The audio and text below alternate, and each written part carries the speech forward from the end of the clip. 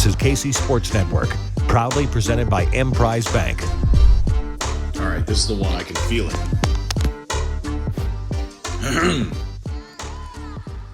Podcast. The first and the best Chiefs podcast. Real ones know the show is called Amateur Hour. The Amateur Hour podcast is now airing on KC Sports Network. Ryan Scott Hall and his Dirkness are back again. We've got football, friendship, and fun. All these shows, we're still number one, season 12. Oh, wow, here it comes. Welcome, my friends, to Amateur Hour podcast. Podcast. Man, I can't hit that note right. Podcast! Is that right? Well. Don't worry, nobody's listening anyway. What is this, amateur hour? Yeah, I ain't no Superman businessman like you. You know, I'm just an Amateur. I suppose. Amateur Hour is what's happening. Amateur Hour Is what's happening.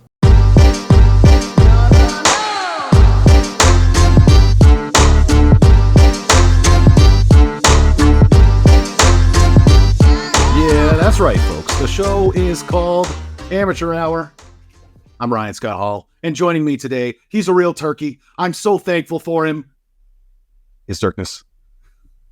Sup, Eagles, sup. I don't have any further Thanksgiving puns that I could do, but you are. I was thinking about gobbler, but that didn't sound. But that move you just did probably would have worked with gobbler. For the YouTube audience, at least.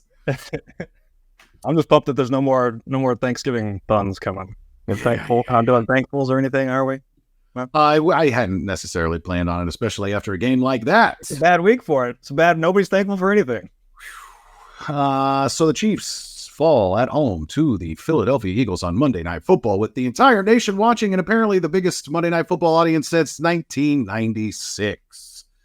Dirk, I want to start this week with one word, and that word is confidence. So I'm sitting at my dad's house. It's the fourth quarter. The Chiefs blow a chance to put the game away again. And they try to pin the Eagles back, but they can't field the punt. And the defense does what it does. And so when Mahomes and the offense are then staring at a 90-ish yard drive with about 3 minutes and a timeout left, I find myself in the deepest confidence crater that I've ever felt in the Mahomes era. I think literally for the first time since he became the starter, I had basically no trust that Mahomes was going to drive the field and score to end that football game. And what's crazy is that I wasn't thinking about the Eagles at all. The opponent had nothing to do with my confidence level. It was purely based on how piss poor they've played in 2023. I think apart from about 2 to 3 drives a week, this Chiefs offense has been floundering around all season. Now, on Monday night, the Chiefs defense gave Patrick Mahomes and Andy Reid more chances than I can count to either put the game out of reach or make a play when it mattered, and they just couldn't do it. Score one touchdown in the second half, literally at any point, and that game is over. I think you're going to find it easy to blame drops or penalties or whatever, but I'm not a sucker. That's low-hanging fruit. This loss, and ultimately the issues that this offense is facing, it's on Patrick Mahomes and it's on Andy Reid. And if you listen, they will own it every step of the way. Those two are in charge, and they're the only ones that are truly responsible for getting all of these things corrected. If they do, it's going to be a special season. If they don't, then we're looking at a long, interesting offseason. Either way, the success or failure of this season rests on the shoulders of Andy Reid and Patrick Mahomes. Just like we all thought. Any thoughts on that, Dirk? Well, I mean, it's hard to criticize it too much. I mean, they have not exactly done their jobs, I guess. It's funny, you talked about the late game situation. I, too, was not confident, as I'm sure a lot of people were not. I also wasn't confident in getting that 4th and 4 that we punted on that was much maligned. I get why you'd want to go for it. Makes sense. Normally, I'd be all in for that. And I didn't even think twice about it. I wasn't even sure where we were on the field, and I was just like, we're going to punt because we cannot we can't move the ball right now. This is just a stagnant offense. The funny thing is, exactly 1 year ago, last year, the exact same date as the game we played this year against the Eagles, we were in Los Angeles playing the Chargers.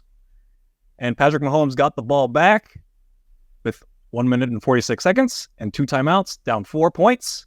I was in the building, and I was standing up and cheering and yelling MVP. We were down 4 points with under 2 minutes left in the game. I was yelling MVP in a road environment because I was so confident he was driving down and scoring that touchdown that it was just a matter of time. And they did, and it happened.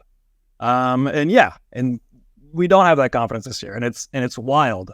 I mean, the stat that's going around, obviously, that everybody has seen, a couple different stats lead you to the same, conclusion here. 5.3 points per game in the second half. That's the worst in the NFL.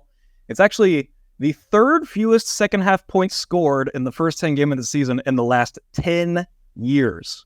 So that's going back not even this year where points are kind of down and all of that. And that's the third worst in the last 10 years. Another stat, they have the biggest half-to-half differential in the NFL since 1970 to the first 10 games. That's plus 119 points going in the first half's favor to the second half, 172 points in the first half, where they're actually second in the NFL. So they're par for the course in the first half, and then the second half is just a disaster. I feel like this wasn't on anybody's radar until like last week, and now all of a sudden it's just hitting everybody right in the face as we see in our third scoreless game in a row. But that stat has me absolutely shook. I couldn't believe it going into the game. I couldn't believe it during the game. I couldn't believe it coming out. That kind of points at everybody. I think everybody has to wear that. I think Andy has to wear that. I think Mahomes has to wear that. I think the receivers, obviously, nobody doubts that. I think Kelsey, even though, in this game, obviously, he made a huge error. There's also the decline of Kelsey, which we may or may not get into, but that's not really his fault necessarily. That's just old age catching up. But I think everybody does have to wear this stat. For a stat, I'm here for like Andy Reid's shutdown mode. I'm here for this is still a top 10 offense, maybe top 5 kind of thing. I could see that. I'll going through a little struggles here, but to be in infamy like that with the dregs of the league is eye popping. That one has me shook, I'll admit. I want to clarify that I'm not assigning blame. All right. I'm not saying that this is Andy's fault. It's Patrick's fault. Because truly, and we've talked about this ad nauseum, like fault can't be assigned to a single person or like a single, play. That's just not how the game works. We all, I think, want to point at the drop from Marquez Valdes-Scantling, reasonably so. But there's just so many things that happen over the course of a game that there's not like one thing. We can't pick one thing. But if anybody actually tried to, the guys that always take the responsibility are Mahomes and Andy. And even though it means that oftentimes they're trying to shield anybody else from criticism, like I hate the phrase, but like the buck stops with them. And that's why I said in that monologue, like, they're the ones that are responsible for getting all of these things corrected. They're the ones that have to be clearly communicating their expectations. Andy Reid is the person that has to step up, and instead of what we heard from Matt Nagy about how, Marquez made a really nice block and there's a lot of things that don't show up on the stat sheet. I'm sorry. I think Andy needs to step up and say, hey, Marquez, you're going to sit this week. Like, healthy scratch. Because I have to send a message somehow. And I do think, I know a lot of people don't want to point back to Eric Bieniemy, but like, I thought it was really interesting hearing Matt Nagy say, well, these guys know that like, we're disappointed when they drop the football or they miss a block. They're professionals. They understand, and they know that they have to get it corrected. And I'm like, cool, Matt, I know that you are that guy. I now understand exactly your style of coaching. And that's just trying to speak as gently to these guys as possible and just say, you're a professional and you know what your job is. And Eric Bieniemy, is going to light your ass up. When he's in the media, he's going to tell it exactly like it is. And he's going to say, at the end of the day, when it's all said and done with, and he's going to come in and he's going to hold people accountable instead of just holding your hand and saying, well, we want you to do better next week. And I think that edge seems to be missing a little bit. And I don't know if it's necessarily like a strictly an Eric Bieniemy versus Matt Nagy type of thing. But when we were thinking about like who is going to hold these people accountable, the guy that I think was kind of at the top of our list was Travis Kelce. And that is where this conversation gets really complicated for me, because I don't want to question Travis Kelce. I almost want to refuse to do it. But if you've got people that are talking about we're totally bought in and we're doing this and you got to come to work and you got to correct your mistakes, well, I don't think it's a great look for Travis to be fumbling in the red zone a few days after he was down in Argentina visiting his girlfriend. And I'm just saying, man, like, how can some of these young guys who are supposed to be looking at his leadership and him setting the tone, and this guy is at a World Series game and going to a bar on a Friday night before a Sunday game. This has been kind of Travis Kelce living his best life, and I want to give him the benefit of the doubt. But I don't think that Travis Kelce is holding himself or everybody else responsible in a way that is like trustworthy, not because I don't believe his words, but because his actions are kind of undermining some of his work ethic. I'm at a loss, man. I really am. I am incredibly frustrated with this offense right now, because I think that people keep trying to point to like, well, it's the receivers or it's the penalties or it's the turnovers. Well, all of that sloppy stuff shows me that it's a team that's not focused. They're not. I don't think that there's any excuse. I think that they have all the talent that they need. There is no team. They mopped that field with the Philadelphia Eagles, and they came up empty in the second half. I'm so frustrated, man. I'm still 2 sleeps later angry at this football team. That's good. Well, you picked an interesting word there. You picked edge, which is, I don't know if you remember, but from our preseason questions, that was actually the word they had inscribed on the inside of their Super Bowl rings just last year. Was keeping that edge, and just that was kind of the mantra of the team, I guess you will. And that's always kind of the big question if you're coming off a Super Bowl. Like, can you maintain that same want? Do you put it in every single day? I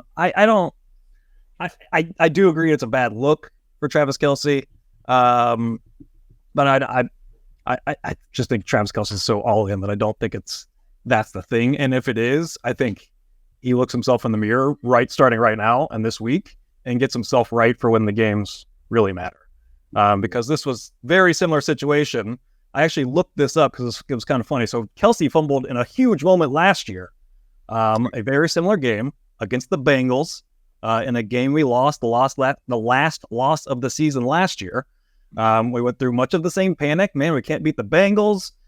But there's always kind of the thing like, well, Kelce fumbles there. He's not going to do that in the playoffs. He is not going to do that when it matters. And much like that game, the end result of this game, like purely just the end result, doesn't totally matter. The Chiefs can still get to where they want to go. It's just a matter of time. The funny thing about those, in the Bengals game last year, Kelce fumbles with 14:06 left in the fourth quarter. This year against the Eagles, fumbles with 13:21 left in the fourth quarter. Almost, they're up 3 in one instance, and up, I lost it, but it's either 3 or 4 points against the Bengals. I think it's 4 points last year in that situation. So almost an ideal situation. Bengals was more middle of the field, and this one was more coming in to score. But just, it's crazy the comparisons there between the two. But I mean, I kind of look at that as almost a promising sign. And I've got some reasons for optimism. I am still in on this team in the long run, and we'll get to that right after this break. Thanks for listening to KC Sports Network. Make sure you download our new app. Find it on the App Store or Google Play. Just search KC Sports Network. You know, Dirk, I mentioned I was on my dad's couch watching this game, and I'm finding myself coaching from the couch. And if you're like me, I think you should consider coaching from the sidelines instead. by volunteering with the Boys and Girls Clubs of Greater Kansas City. Did you know that they have sports programs for local kids? Beyond after-school programming, they offer leagues for baseball, softball, basketball, flag football, and more. So just search for some volunteer options on helpkckids.org. Registration is now open for the Boys and Girls Club of Greater Kansas City's Basketball League. This league is a great introductory experience for any young person just developing their hoop skills. All games are played on Saturdays starting January 13th. Postseason tournament championship games will be held downtown at the nationally recognized College Basketball Experience. Register your child today. Check the link in the show notes for more information. All right. So I kind of teased this. I'm just going to be frank about it. I am still all in on this team. I understand the struggles. I understand. I mean, the biggest hole on this team, the receivers, pops up in the worst situation possible, with the biggest audience possible. Like, that was just like an explosion of just like, whoa, like what happened here? I'm talking about MVS dropping that ball, obviously, but some optimistic signs here. We beat their ass in the trenches. They have the game's best offensive line. We had 5 sacks in the first half. Hurts, I believe, dropped back and either got sacked or scrambled more times than he actually got off a pass attempt.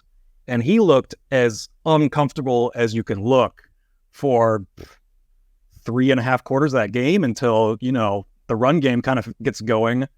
They get their confidence up and he completes that deep pass. He basically made the one play in the game. But our D-line took it to their offensive line.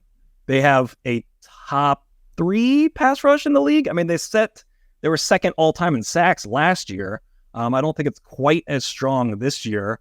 But I would say the offensive line, they held up for the most part. That one sack early on was just like, oh, shit. Like, the Eagles might be a little fired up here and out to prove a point when he just went right around Jawan Taylor.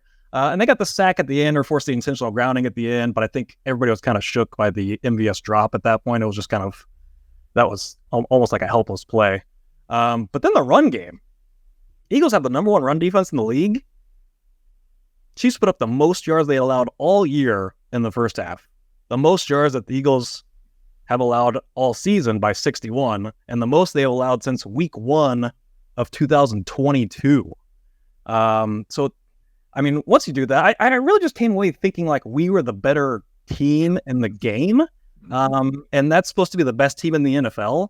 So I get it. We lost. And that shouldn't take away from the Eagles. They should feel like they're on top of the NFL right now, and that's fine.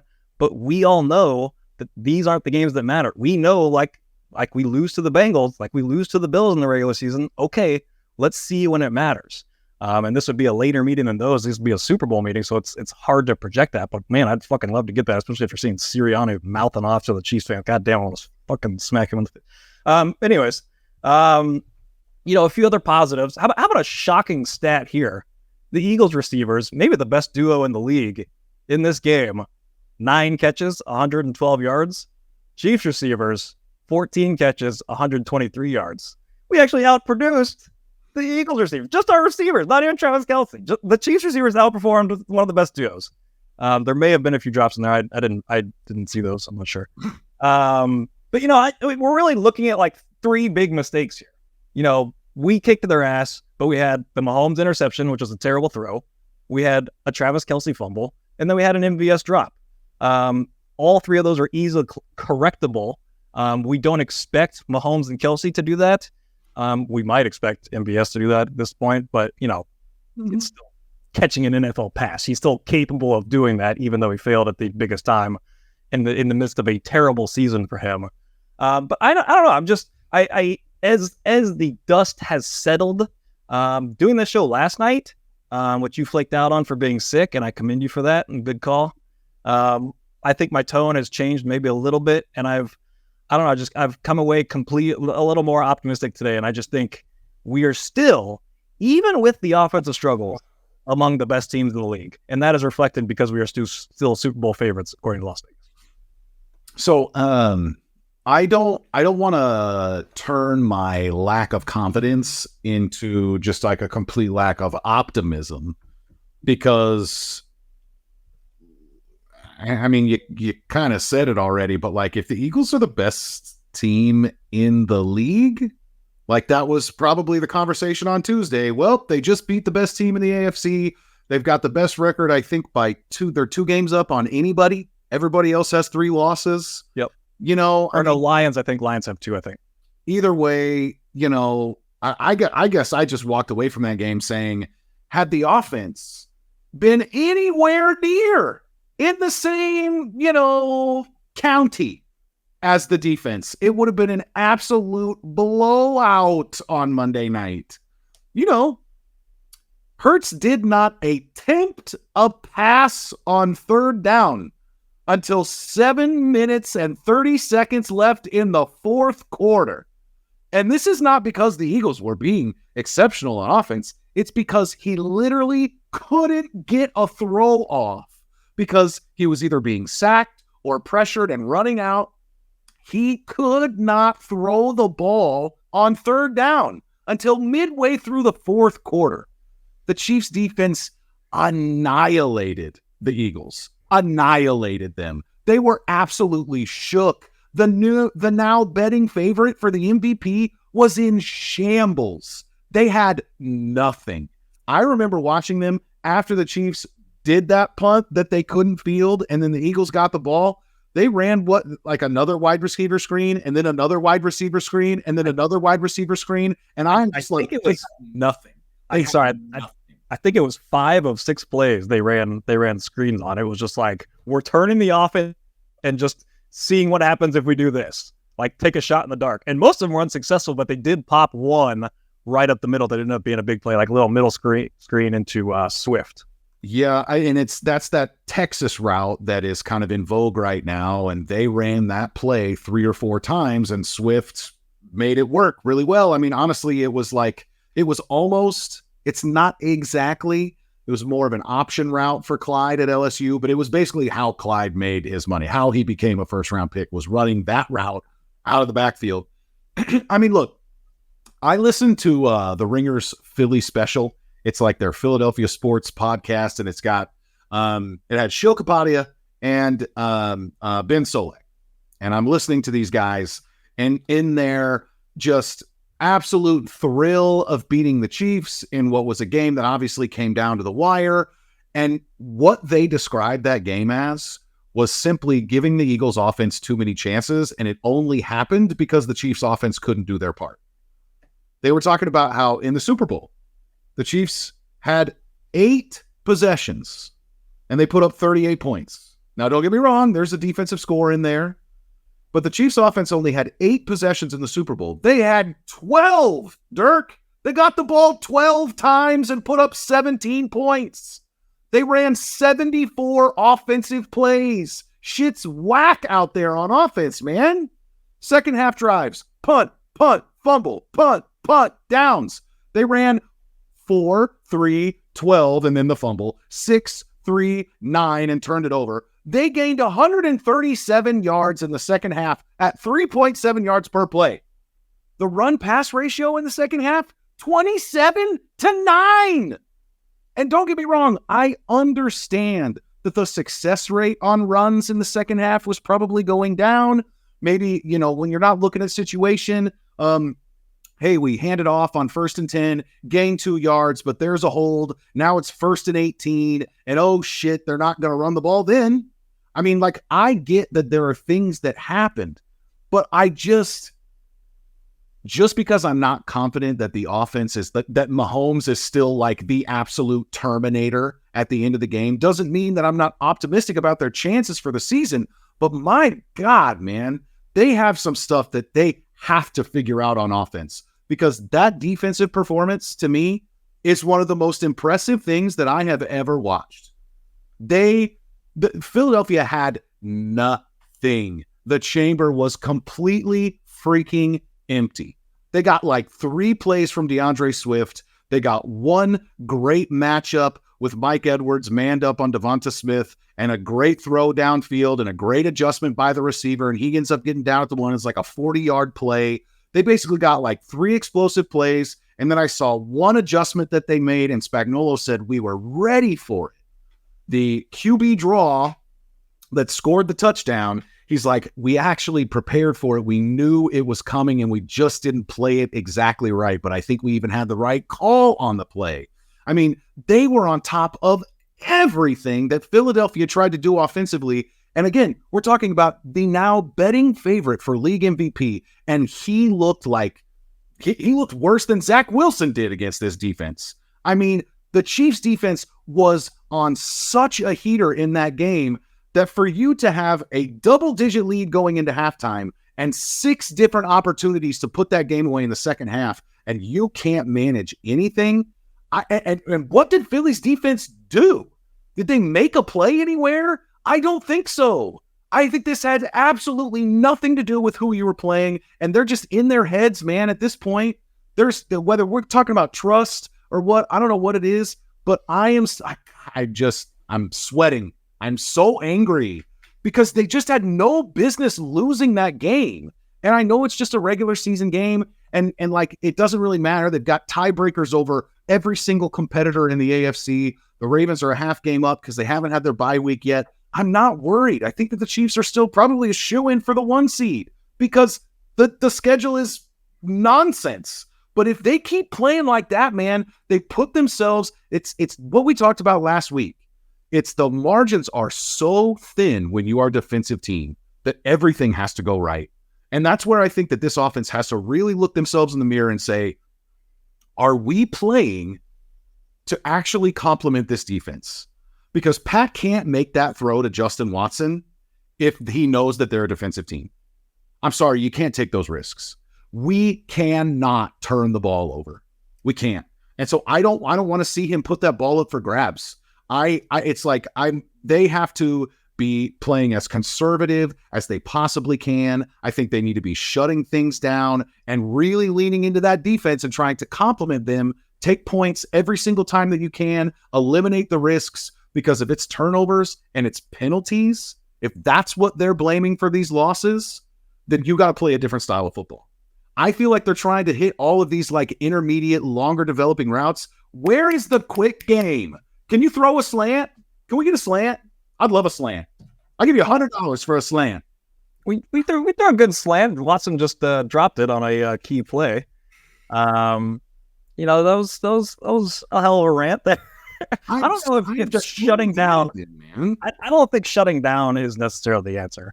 I think you just want your best players to play better. I mean, if Mahomes doesn't throw that pick and Kelsey doesn't fumble, those are your 2 studs, then I think this game is a walk away. And so, yeah, I think the Eagles did a good job. They started shutting down the run in the second half. You're talking about the second half yardage. The funny thing is, they talk about the Super Bowl last year. The Chiefs gained every possible yard that they could in that second half because all they had was touchdown drives, except for getting down to the 1 yard line and then kicking the field goal at the end for the win. So quite the contrast to last year. And also, not being able to do that against what is a terrible pass defense with the Eagles. Like I was kind of tweeting out some stats before the game. I couldn't believe how good their run defense was and how bad their pass defense was. Just like an ultimate funnel defense, if you will, that makes you kind of do it one way. I do think they started paying more attention to the run in the second half. And they're like, well, let's see if they can start to throw this thing. And the Chiefs couldn't. I mean, it did open up opportunities like MVS get behind the defense. We haven't seen a lot of that this year, just a receiver running open like that for all the problems that they've had. So they finally get it and get a good throw and then just can't convert the catch there. But man, it's just wild. I want to get into like the Juju conundrum that I've kind of been talking about throughout the season. That I just keep talking about, and just I use it as a sign of optimism because it can't be this big of a fall. I want to get into that after this. You got our DraftKings read here. A little break here. All right, Dirk, I know you said you didn't want me to be thankful for anything else today, but there's a lot to be thankful for, whether it's your family or your friends or the food that everyone's going to enjoy on Thanksgiving Day. How about NFL football all week long, 4 straight days of games? DraftKings Sportsbook is keeping your Thanksgiving week full of action as well. And new customers can bet just $5 on the NFL in order to score $150 instantly in bonus bets. No matter your appetite, there's something for you. Money lines, parlays, prop bets, live bets, and so much more. You name it, they've got it. So download the DraftKings Sportsbook app now and use code I wanted to say AHBKCSN so bad. The code is KCSN. All right? It's just Kansas City Sports Network. New customers can bet $5 on the NFL Thanksgiving action to score $150 instantly in bonus bets only on DraftKings Sportsbook, an official sports betting partner of the NFL. Use code KCSN. The crown is yours. If you have a gambling problem, call 1-800-GAMBLER. In New York, call 877-8-HOPE-NY or text HOPE-NY. In West Virginia, visit 1-800-GAMBLER.net. Please play responsibly. In Connecticut, help is available for problem gambling. Call 888-789-7777 or visit ccpg.org. On behalf of Boot Hill Casino and Resort in Kansas, you must be 21 or older in most eligible states, but age varies by jurisdiction. See DraftKings.com/sportsbook for details and state-specific responsible gambling resources. Eligibility and deposit restrictions apply. Bonus bets expire 168 hours after issuance. Terms at sportsbook.draftkings.com/football. Terms. Dirk, talk to me about Juju Smith-Schuster. I mean, I wish DraftKings would get here in California so they could take my money. I mean, just legalize it here. I'm willing. I'm a betting loser. Take my money. Come take my money. I'm dying to. Send that up to the DraftKings bosses. So this is a question I've been asking again and again and again. I still don't have what I would consider a satisfactory answer. And that is just the receiver room is the exact same as last year, minus Juju Smith-Schuster, who was terrible this year, and you're adding Rashee Rice, who is promising. They are different. I do kind of buy the theory that Juju is just a professional, quote unquote, professional receiver. You know where he's going to be and you can trust him on third downs and that kind of stuff. I get it. I get the argument.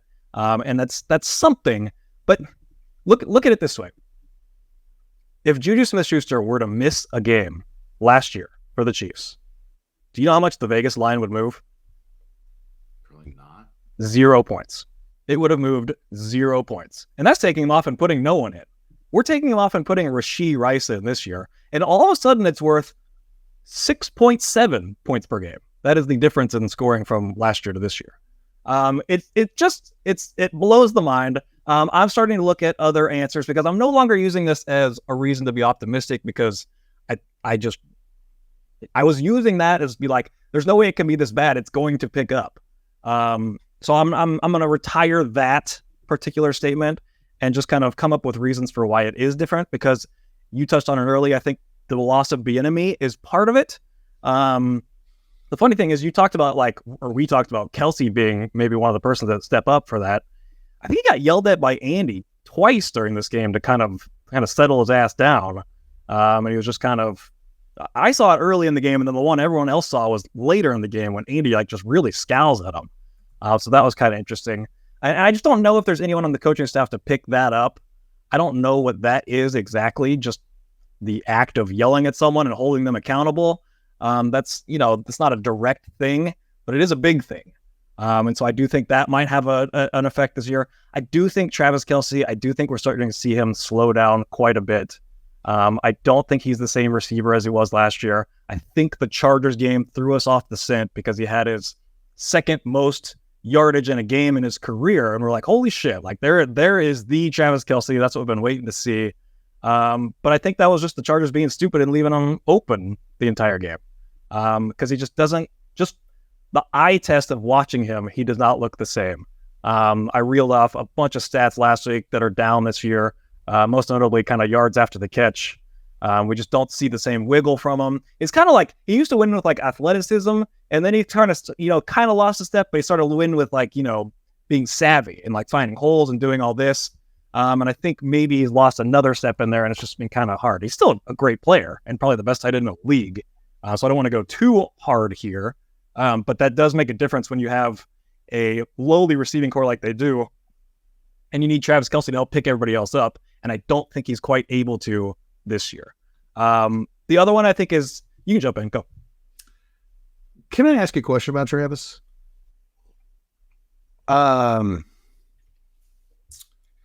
the quotes from the Wall Street Journal article started making the rounds about, we'll have to think about.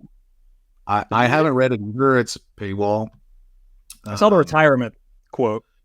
Talking about retirement, talking about you have no idea how hard it is to like keep going to work physically. He basically said, I feel all 11 surgeries in my body every day. And Travis is now at a point where he has seen his post NFL career. He's had a taste of it. He's been on Saturday Night Live. He's been asked to come back just to do like a fun little thing on Saturday Night Live. He's, flying around and seeing his girlfriend, the most famous person on the planet. He's jumping on the stage before the game today, and everyone's like, oh my God. Like, I don't know if people recognize, like, he has entered a new tier of popularity because of Taylor Swift. He might be more famous than Mahomes. He might be more famous than Mahomes. Insane. Right. I mean, I think that Kelsey had fewer than 1 million Instagram followers before he started dating Taylor Swift, and he's at like 7 million Instagram followers now. I mean, he is in a completely different world. And I think that all of those things are going to start tugging at him. And like at most to me now, I think Travis has one more season. And I literally would not be surprised, no matter how this season ends, if he wasn't back next year. I would not be surprised if he retired. He does not look the same physically. He might just be dealing with lingering injuries from the hyperextended knee to start the season.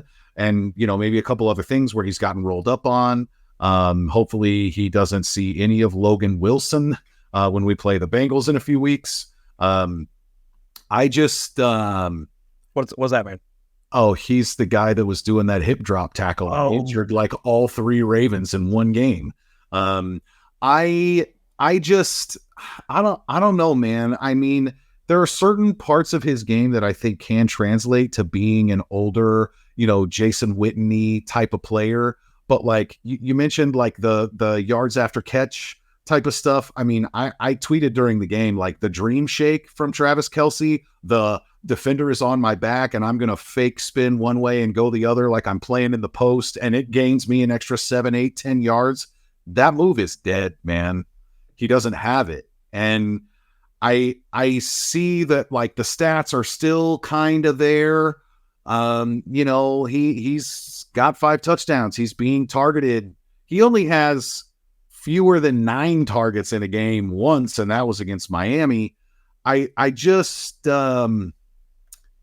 think that we are seeing the end of Travis Kelce. And so when people have these comments about like, we're wasting a year of Mahomes' prime, I go back to, no, we're wasting the end of Travis Kelce's career. If we're wasting anything, we've got 1 or 2 shots left with Travis here. And I don't think anything's being wasted, but I do think it's important for people to recognize that like, we don't have much time left with this guy. It's every moment is precious as far as his football playing career is concerned. I'm glad you brought that up. I fucking hate that sentiment that we're wasting anything. We're not wasting anything. Yeah. Like the idea that just because we don't have receivers, like we used that philosophy last year and won the Super Bowl.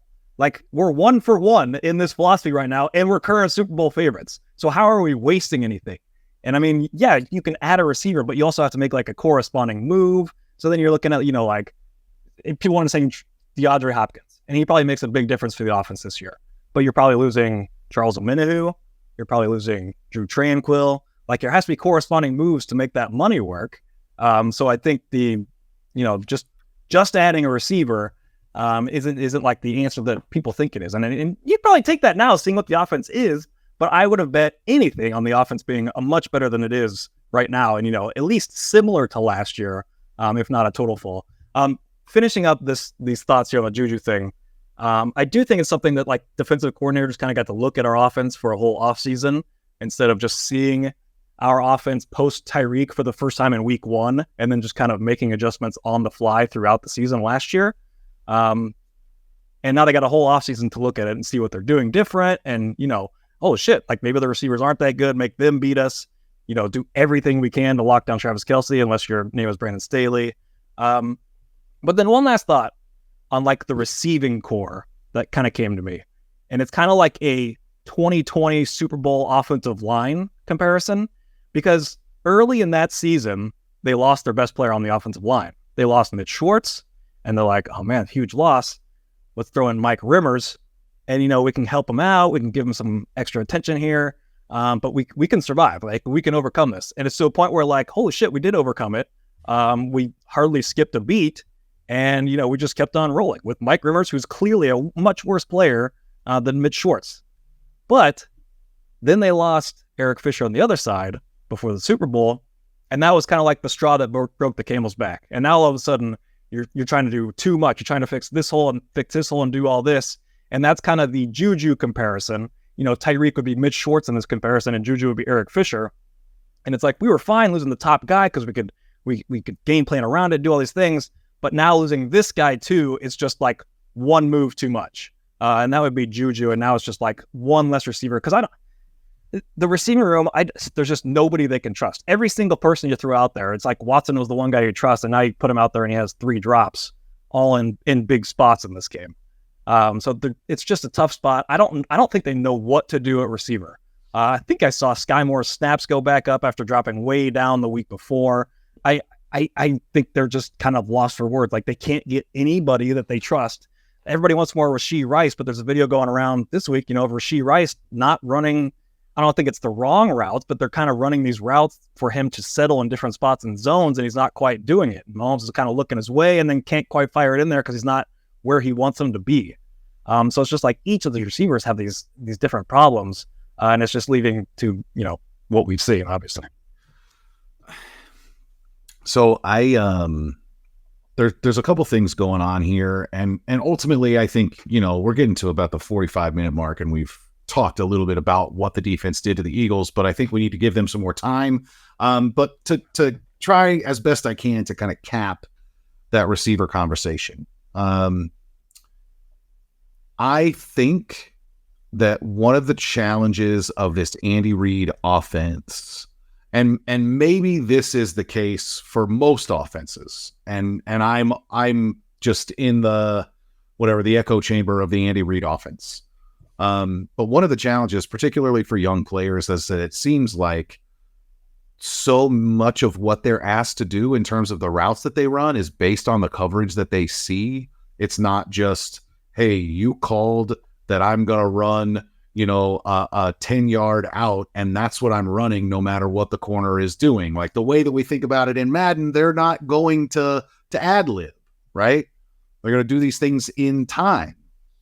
And Mahomes is constantly extending plays, and some of that is what makes him magical. But when you have these young receivers, I almost think that they're like doing too much, that they're asking a little too much of them, that we need to simplify it. And that's why I say, like, can we run a slant? Like, give me a slant.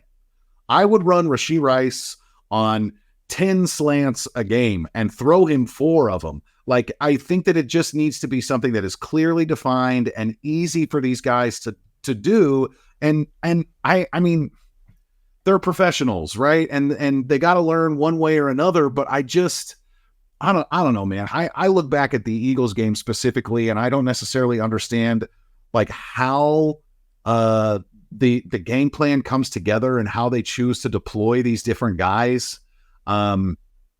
I saw only 40% of the snaps for Noah Gray. And to me, if you want to try to take some of those receiving snaps down, try to pare them down so that you're focusing on like 2 or 3 or 4 bodies at most, I think that going to 12 and 13 personnel is a good choice. I would like to see a little more Noah Gray in the offense personally, especially given my sentiments about where we're at in Travis's career. I want to ask you something funny though about these receivers, because I heard a conspiracy theory that I think fits into the amateur hour vibe here. I'm in. I have been trying. I believe it. I don't even need to hear it. I've been trying to tell people, look, if you have a problem with Justin Watson, talk to Patrick Mahomes. Patrick is the one that's throwing him the ball. But like if he's on the field, Patrick is targeting him. Patrick seems to trust him. He seems to like him. Like for all intents and purposes, this is a Patrick Mahomes problem, not a Justin Watson problem. I heard a theory that Mahomes targeted Justin Watson 11 times in order to prove a point to them. He doesn't like Justin Watson. You keep putting him out here? Okay, this is what it looks like. This is what it looks like if you want Justin Watson to be the guy that's leading our receiver room. I'll throw it to him 11 times and see how that goes. You buying any of that, Dirk? You buying any of that? Nah. I mean, you're like, I buy it before I even. It's like any conspiracy theory. Like I want to believe it, and then I hear the facts of it. I'm like, you guys are insane. You're nuts. But no, I mean, if he has enough pull and Andy has enough trust in him, I think that if you were just like, Watson shouldn't be the guy playing. Like, I think if anybody had any answers here, I think it's an open forum. Like, Kelsey, you got some answers on what you want to do here? Let's go. Well, I don't understand, like, some of the people that I see there's so much back and forth about who is getting targets and how many targets they're getting. And I am starting to come around to the idea that, like, hey, if you have 2 quarterbacks, you don't have any. And maybe if you have 7 wide receivers, you don't have any. They did only have Richie James in. Throw Richie James in there. They did only have 6 receivers involved in the game on Sunday. McColl had the fewest number of snaps. Some of that may have had to do with his hand getting hurt. Something that I do think would be worth considering on this offense. I mean, I last year I was thinking, we were constantly thinking, like, can we get more Sky Moore? Where are the manufactured touches for him? We saw him being used as a running back and all these different things in training camp. I thought that the looks with Kadarius Toney just getting handoffs, literally being the running back in the backfield, were awesome. I mean, well, that one, I don't know if it's him or Donovan Smith or whatever, but that I don't. It's one negative play. I kind of like the idea of maybe some Toney, maybe some Sky Moore, maybe some of these guys just like give them the ball, literally just hand it to them, especially they're a running back after the catch type of stuff. I just think that Mahomes he has been at his most special when he is buying time, but he has been at his best when he gets the ball out quick. And I don't think that they have tried to do the quick game much this year. And I want to see the screens and the slants and the hooks. I want to see some of the simple routes and just get into a rhythm and take the 5 or the 10 yards and stop trying to do more than that. If I see Pat try to extend another play with a bunch of receivers that apparently don't get the scramble drill, he's not on the same page with any of them except for Travis, essentially. I mean, Sky Moore's got 1 credit to his name in the scramble drill this year. Like, just stop extending plays, man. Throw the football. Get to the back of your drop and let it loose. And that's hopefully, honestly, what I think we're going to see against the Raiders. Like, if there is a team that the Chiefs are going to take their frustrations out on, it looks like the Vegas. There it is. I wanted to say Los Angeles, wanted to say Oakland. I'm like, where the fuck is that team? God, they actually got a decent little pass defense this year. Came up out of nowhere. But it's interesting. You talked about the scrambling around and making plays. Usually, I mean, the 2 guys you would look for last year when he did that was Travis Kelce and Jerick McKinnon. And he kind of did it this week and then missed Kelce on one, even though it was a really tough throw. He's kind of like stumbling on it. But he was kind of open on that. And then another one where he's kind of falling to his left. I think it's 3rd and 12 late in the game, I want to say. And he kind of flips it up, and it's going to be like this. So perfect. It's going to be this beautiful play. Like, he has it, and the defender makes a really good play and just deflect. Like, he just jumps up and deflects it because he kind of puts the defender in a tough spot where he's charging towards him, and he has to either commit to the run on Mahomes or get to McKinnon, and he kind of goes at Mahomes and then deflects the pass. Yeah. That was a really good play, and I was upset because I think McKinnon would have caught that and then popped for a while. And it would have been kind of similar like that Broncos play last year. I don't know how much room he had to take it for a touchdown or anything, but I do think he took that first down. Can I ask you a question real quick before we move on? This is something that I've been thinking about. Like, there has there's been a lot of back and forth, at least that I have been watching on Twitter about this is a Mahomes problem. He's not throwing it to the right guys or this, that, or the other. Do you think that Patrick is supposed to see every single receiver on every single play? And if they get open at any time, then he's supposed to just know it? Absolutely not. Because that's almost like what it feels like the expectation is like, oh, look at this like one part of one play where Sky Moore got open, but Pat's got his back to him. Like he's the fourth read in it, and Sky gets open in the first second and a half or something. And I just don't. I know that Patrick Mahomes is amazing, but I don't think he's supposed to see 100% of the field 100% of the time. And if somebody ever gets open at all and he doesn't hit them, then it's a problem. I just think this is why you see people. I can't remember like who it was exactly, but like Kurt Warner kind of comes to mind. But like people kind of like pearl clutching over like releasing the all 22 to everybody because a lot of people just don't know what they're talking about. And it's kind of like creates this false narratives. I don't think it truly affects their job too much, but like it is everybody getting on there like, oh man, here's a still, the still shots are the worst. Like here's a picture of a receiver open. Like, why didn't you throw it? So no, I don't think that necessarily, but I do think, I mean, he's missed some people, I guess, but the thing is with Mahomes, you can still get, like, I thought he was pretty bad in the third quarter. And then I thought he came back and played a really great fourth quarter. Like that deep shot to MVS, obviously. I mean, if he completes that, we're just like, Mahomes is back. Like they got their swag back. Like this is huge. Especially because of the end of the game situation. It's like I was so unconfident, so lacking in confidence that if he does hit that shot, there's still, I think there was like a minute 45. 2 minutes. I mean, still 2 minutes. I think it was the play after a 2-minute warning. Yeah. I got a real quick defensive Veach. You get a lot of stuff still on the. I'm going to do it anyways. What do you want? I've seen a lot of criticism of Brett Veach, and the evaluations are bad. Yes, I don't think the process is bad. They have invested, 2 second-round picks, a third-round trade for a receiver, and $10 million on a veteran receiver. The problem, obviously, is 3 of those 4 are busts. But I think people just have kind of like a misconception about the NFL draft because you can always look at a player who's taken, after anybody and be like, why didn't you draft him? This is kind of compounded with Sky Moore because a lot of people with the Chiefs and Chiefs Nation wanted George Pickens, who went. Did he ended up going after him?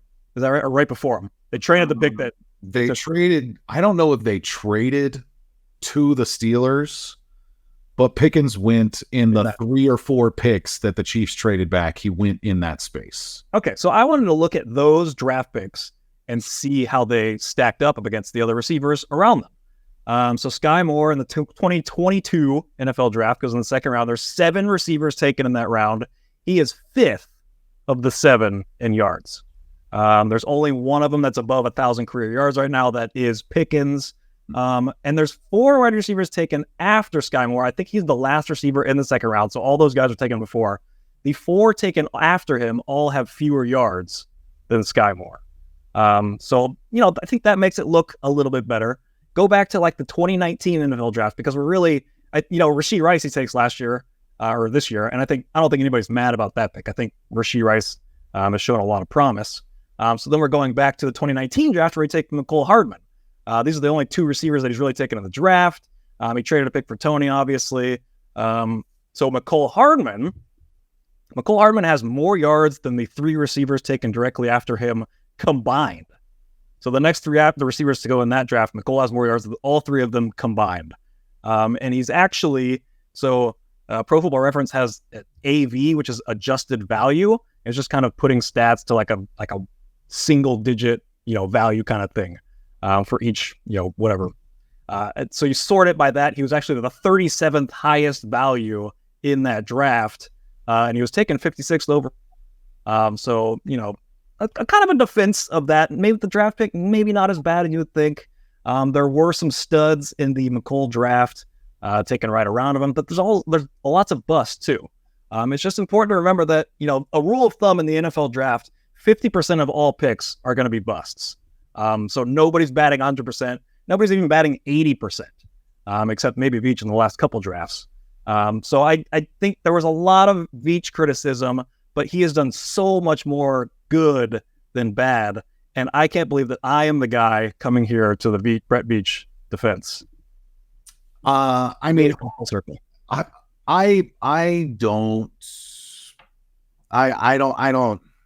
not gonna like give Veach a hard time about what he's done at receiver. I think that apart from the Steelers, who seem to always get it right at receiver, I mean, Antonio Brown was a 6th round pick. I mean, some of these guys that they've been able to develop are guys in the 4th and 5th and 6th and 7th rounds. The Steelers, they develop wide receivers better than maybe any franchise. But apart from that, like, it's just a total crapshoot, man. Like, I don't think that any team is really good at it. Maybe the Vikings recently, because they, drafted Diggs, and then when they traded him, they immediately went to Justin Jefferson and got that right with a whole bunch of receivers around him. And then they turned around after they let Thielen go and they drafted Jordan Addison, and he's been fantastic this year. So there's something going on there in Minnesota. I just want to like head off the people who are going to say, well, Dirk, you were really selective in that 2019 class because the next 3 guys were terrible, but then the next 3 after that are DK Metcalf, Deontay Johnson, and Terry McLaurin. So very, very selective sample size there, Dirk. But 2019, some extenuating circumstances there, man. I mean, I think that they were looking at like Tyreek Hill might never play football again, and we need the speed. And so they looked for Hardman. But I don't know. That's still kind of bogus to me because I think that Metcalf, Deontay Johnson, and Terry McLaurin all ran sub 4.4. They were not as fast as Mecole Hardman, but they also knew how to play football instead of just be track guys. I don't know. Either way, it doesn't really matter. I think that the Chiefs aren't necessarily, I don't even think that they've done like poor evaluations at receiver or anything. I mean, this season, last year we talked about, oh man, they traded Tyreek Hill and it's all about rebuilding. And I told you guys early this year, this is the rebuilding because they used Juju Smith-Schuster and they used Marcus Valdes-Scantling to like be the bridge to help them like cushion the blow of losing Tyreek. And this year when we expect them to start Sky Moore, and Kadarius Toney's supposed to be the wide receiver 1, and they drafted Rashee Rice. And I told you, I didn't think MVS was a huge part of the plan this year. You and I were on the same page there. And I don't really know. I mean, given like the lack of production from the young guys, it does seem kind of crazy to me that MVS currently sits at about 25%, I think, of his targets from last year. And he's over 50% of the way through the season. Yes, 14 catches in 10 games. It's 14. It's wild. Yes. I mean, I think that he and Sky have like 40 catches in 10 games, which is just crazy talk, Really, I think that I don't want to like just parrot the point that we heard from probably a lot of people in the aftermath of this game. Catch the ball. But I thought that Carrington put it like as bluntly as you can. They haven't gotten better. None of the receivers have improved this year. Not a single one of them. And you might be able to say Rashee Rice potentially, but like he's just maybe been given more chances. But like Kadarius Toney is not a better football player than he was week 1. Neither is Sky Moore or Marcus Valdes-Scantling or Justin Ross or whomever you want to point at. Like none of those guys have improved this season. And so they have the exact same room. And this was all about taking a shot and saying, we're going young. We're going young at this position, and it's going to be about their development. I do think that in this offseason, the Chiefs are going to obviously prioritize the wide receiver position, and they might even overcompensate. And I don't have a problem with that because I've seen a lot of people compare it to the 2006 Patriots, I believe, which was the whole Jabbar Gaffney and David Givens, and it was just very, very bad. And then they went out and got Randy Moss the next year. And so I do that.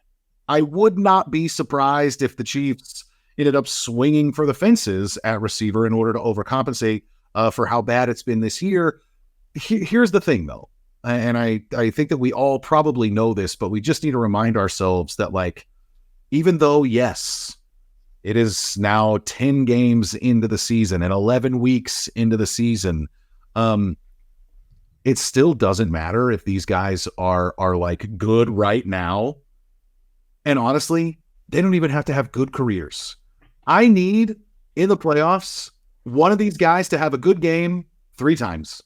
And it doesn't even have to be one guy. It could be 3 different guys. I need 3 decent games from wide receivers in order for the Chiefs to win the Super Bowl. That's all we need.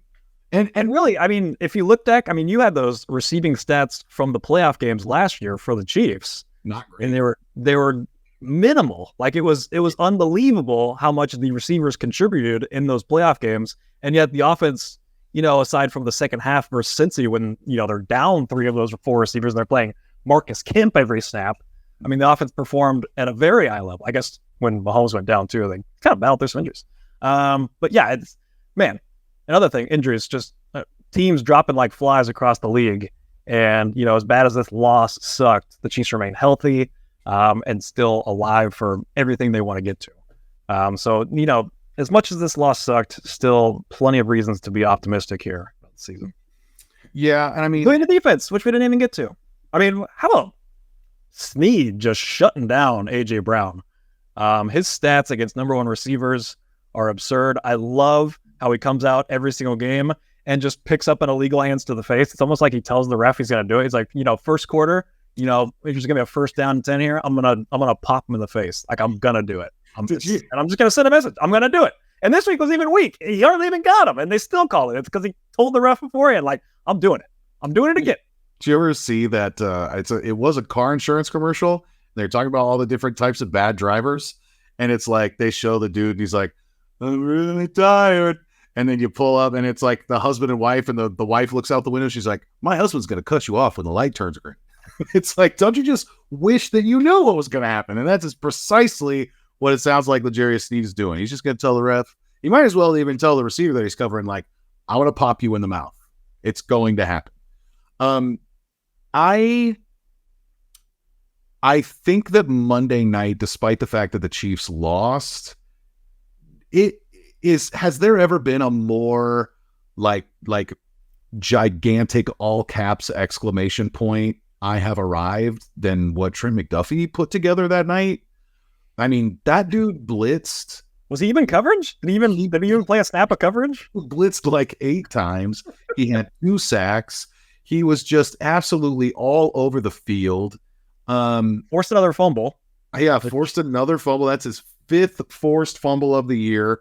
The defense was playing so well that I was in the throes of all of that passion and heat and desire. I was saying that they are the best defense in the NFL.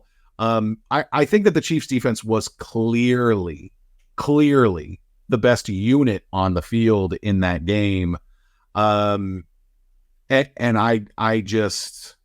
I marvel at where they're at. And I also start to get curious. It's a different conversation for a different day, but I get really curious about what this looks like next year, because they've got some interesting decisions that we've already kind of touched on a little bit between Chris Jones, L'Jarius Sneed, Mike Dana, and Willie Gay, and Drew Tranquil, and even Mike Edwards in there. Like, there are some key guys in what this defense has been able to do this year that they're going to have to figure out, what their place is on this team.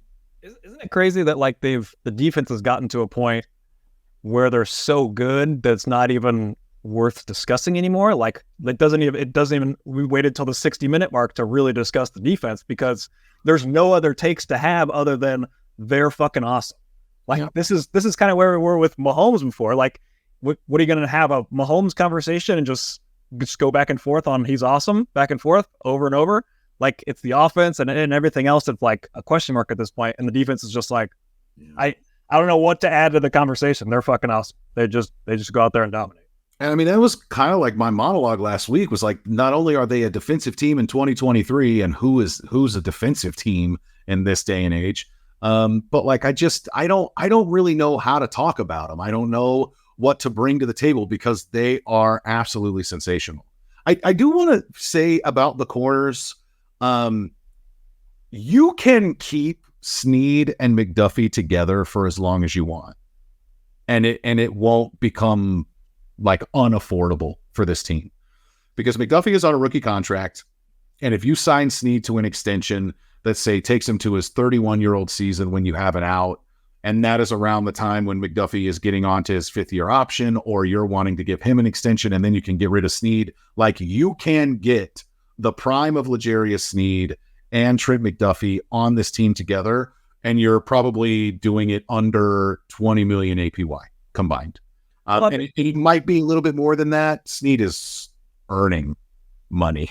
Of course, yeah. Snead should get paid, and he deserves it. But everything is give and take. I mean, you got to make a decision on Snead, and then that affects the decision on Jones, and then you're trying to revitalize the wide receiver room and throw money into that. Like, you can't do all of those. So this is just what, building an NFL roster is. And the Chiefs have made the choice. Mahomes can pick up the receiver room, which he did last year to its full extent. This year has been struggling, but it's going to affect how we build the defense. And now we're throwing assets at the defense, throwing draft picks at it, we're throwing money at it, and you've seen the final product. Like, it's not, they are very connected with each other, that they are not throwing assets at the receiver room, or at least not big assets. They did throw 2nd-round picks into some of them, or one of them. But there's a direct correlation to that affecting the defense and it being so good as it is now. So it's just one big evolving object. Well, look, we've got the Raiders at 325, I believe, on Sunday. I'm really hoping for like a breakout game, like a Kevin Harlan on the call. Maybe it's probably not going to be. I would think if it's 325, we probably have Jim Nance and Tony Rello, I would guess. Even though it's just Chiefs Raiders. Look, I think everybody's going to circle this game and say, hey, this is the get right game. Kevin Harlan and Trent Green on the Chiefs Raiders. Yes, let's freaking go. Just, it's back to 1990s football. I heard Harlan call that drop, and he was just like, it was like 1995 all over again. Hearing Kevin Harlan's voice, seeing these terrible receivers and this great defense. 1995, baby, we're back. That season ended well, right? Is it last season ended good? 95. I think we won it. I don't think it was any better or worse than the other seasons in the 90s. I could not be more excited to play the Raiders with Kevin Harlan and Trent Green on the call. That is going to be a fantastic Sunday afternoon. That game is in Vegas. It's in Vegas? Yep. Cool. You going to go? No. I'm not going to drive out there? Okay. No. Dirk, I am thankful for you. I'm thankful for Amateur Hour. This has been Amateur Hour. Ryan Scott Hall, Dirkness, and Justin Herbert is Phillip Rivers. Go Chiefs.